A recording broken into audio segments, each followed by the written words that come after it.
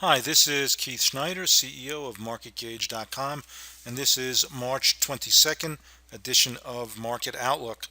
So, quite an interesting week with Yellen's announcement, taking out the word patience, but adding in some other stuff, throw the market off balance. Got a pretty decent sized rally, some interesting volume coming in on 3 days, all positive days to the upside this week. Um, let's take a look right here. This is the S&P 500, and as you can see, we're sort of paused just underneath the recent highs at about 212. So we're sitting here around 210.50 or so. Interestingly, after the Fed announcement, the two days after Thursday and Friday contained a large volume to the upside on both those days. On the major day, there was a pause inside day, didn't break out again on Friday after the Fed day. So those highs are fairly important, and if we can, we should be able to take that up to all-time new highs. So this volume pattern here is quite interesting. Clearly, you've had three accumulation days, which hasn't happened in a while. So that's a actually positive sign. Looking at the overbought, oversold scenario, really in relatively positive and not overbought at all. So continued momentum to the upside. Clearly, all the trends and the rate of change is all pretty much positive. The 10-day, the 50-day, and the 200 all there. Again, not at the upper ends of the Bollinger Band. So that is the picture on the SPY. But as you know, we've been really focused on the IWM, and that has really broken out nicely. And as you can see, we've had, I don't know, 7 or 8 solid up days in a row, or 7 out of the last 8 days. And again, really solid action, breaking out above a multi-year compression going back to late 2013. So again, we got the test back down to the 50. We've broken out nicely. We are in overbought territory, considering the extension and the move up, and at the top end of the Bollinger Band. So wouldn't be surprised to see the Russell take a rest, maybe even correct back down to the breakout point at around 124, but that should offer some really good support. And again, this is the market really breaking out to new highs. Even the QQQs, which had been leading, still pausing just under the old highs. Friday's action actually closed on the lows, so that's interesting action here. We're going to watch the cues for possible weakness here, which could put a damper on the overall market. On the other hand, this could just be a one-shot anomaly here. Let's see how the market reacts to that sort of weird candle pattern where you closed pretty much right on the lows of the day. That obviously corresponds to Apple selling off later in the day. All right, so let's take a look at some of the market internals. Let's look at the volatility ratio because that's pretty interesting here. Volatility ratio, this is looking at short-term versus longer-term volatility. When I say longer-term, we're looking at 3 months versus the 1 month. And as you can see, we sort of not quite hit the extreme that we hit in October before the sell-off, but it's getting pretty rich. So we want to watch this here. So a little bit frothy on the sentiment here with the options. Again, this indicator here definitely in overbought zone. Now it did get a little bit more overbought, before it really topped out the market. So definite cause for some concern here, looking at the spread between 3-month and 1-month volatility. Going to the calendar ranges, the spiders are interesting because they stopped right at their 1-month calendar range low. Now it's trading above the 6-month, which is the heavy green here. The 6-month, which started mid-January. You look out 2 weeks in January, sort of the opening range concept. So overall, the 6-month pattern looking pretty good, but running into overhead here right at the 1-month or the March opening range, which is the first day of the month. So that's going to be interesting to see if we back off here and trade under, which could end up with a test back down to about 207 or so, which should offer some pretty good support.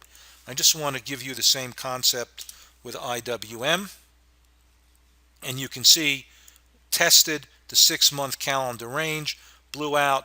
IWM clearly in gear. Okay, let's take a look at the VXX. Also the volatility, another take on volatility. As you can see, trading under, this is the daily chart, trading under the 200-day moving average, scraping near the lower end of the Bollinger Band, which may mean a little bit of frothiness, but so far not really there. So in this particular case, if you take a look at absolute reading on the VIX, not it's obviously low, but not on the frothy side, which would indicate a potential reversal.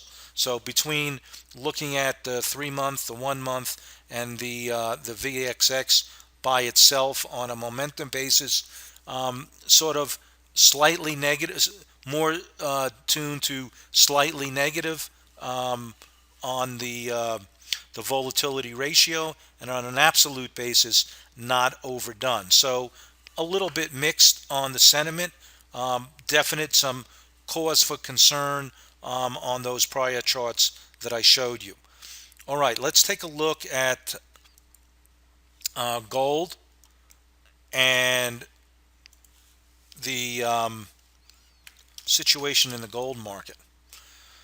All right, interesting. Last week we had pointed out that there was an interesting compression. There was a huge buyer on Wednesday, or actually even earlier. There was a pretty good sized buyer of gold, GLD, and the market actually closed quite a bit weaker after the huge volume that was set off. Let's take a look at that in detail. And of course, what I was talking about was the fact that the gold market was looking potentially like compression here, potential bottom, and as you can see, new low, and the next day the market took off. This was the day where there was a big buyer came in. The market settled lower than the purchase, but by the time the Fed made the announcement next day, deeply in the money. Nice move to the upside. And as you can see, potential double bottom has been formed here. So is this the low after a protracted downside in the market in gold taking several years to materialize? Let's watch and see. We do have somewhat of a gold position in our premium account, looking to see that these lows hold here. So overall, you could be a buyer on weakness in this particular market. Now, what is interesting is that 10-day moving average starting to turn up, along with that potential bottoming pattern clearly on a couple-day basis.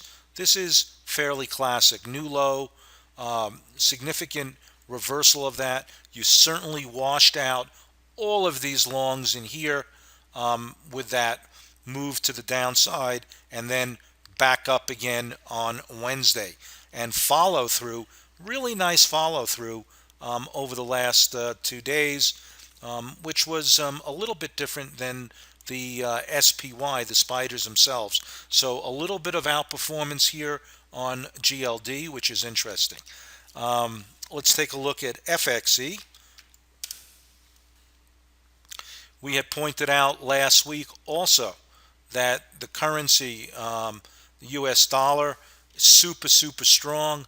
The FXE actually on the weekly chart was trading towards the bottom of a longer term channel. We did get a nice reversal. Market action was a little bit funky on Thursday after the big move up, but as you see, you sort of in this 2 week pattern have what looks like pretty close to an inside week. So if we can start moving up over the last 2 weeks, you actually have this convergence here of the close of 3 weeks ago, the high of 2 weeks ago, and the high of last week, all converging. So that's going to be a very important inflection point, and that level is exactly 107 in FXE. So let's make sure that we take a look at that, or follow it during the upcoming week, and I would play that on the long side with relatively tight stops as well.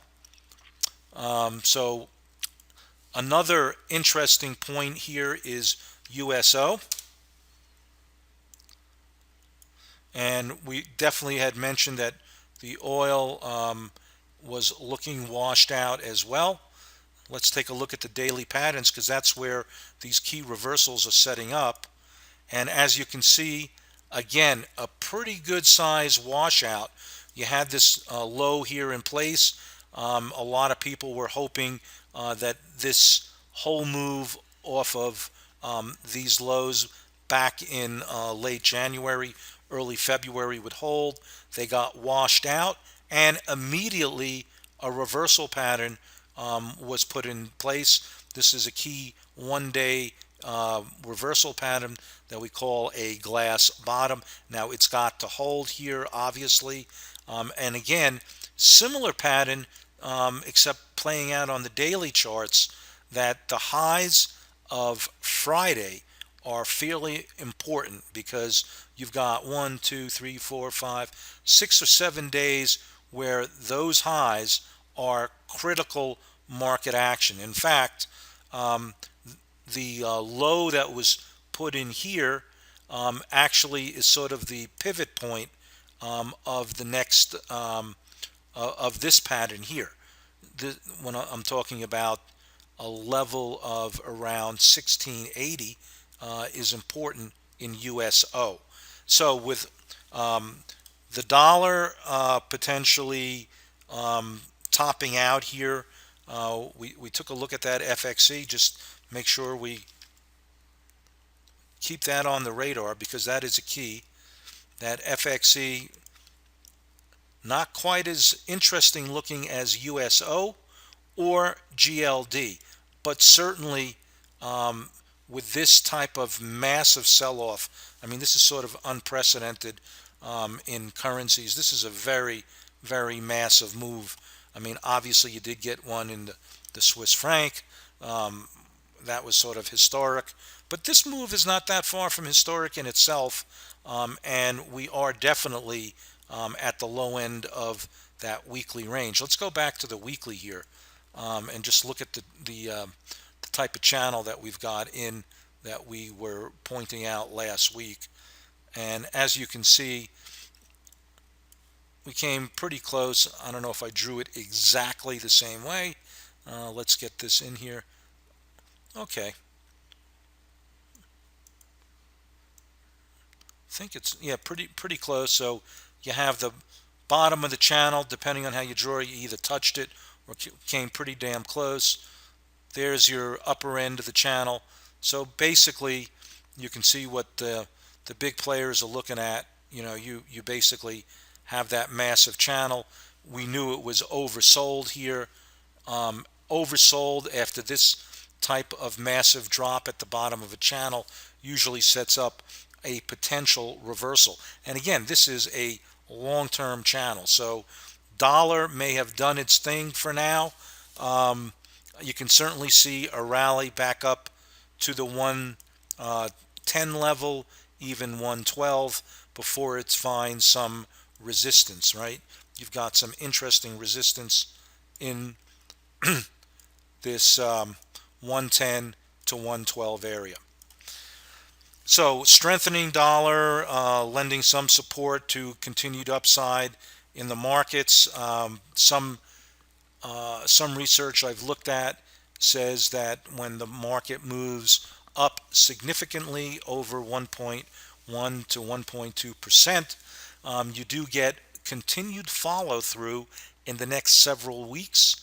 But longer term, looking at a month, maybe two or more, the market will run into some trouble. One last thing, I do want to go back to SPY and look at a weekly chart and see where it may run into resistance, because you also are running into this channel here. So let's one last thing. Yeah, we're just looking at this, see where some resistance may come in and what type of upside we can really expect here. And I'm just going to put in this upper channel as I'm working with you.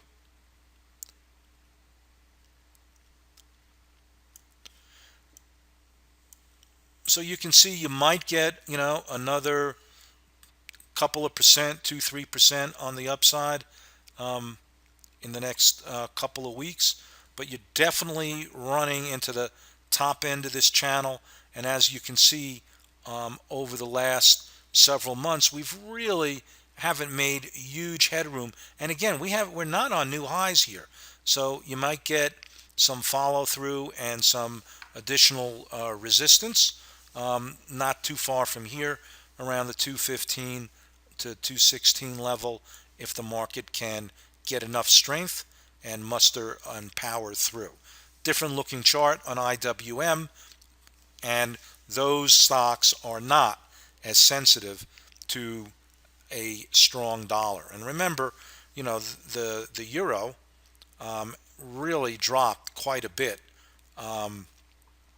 So even with the dollar rising on an absolute level, the the headwind that U.S. multinationals are going to be facing with the dollar is pretty strong, and that could definitely mute earnings, which will affect forward prices on the S&P.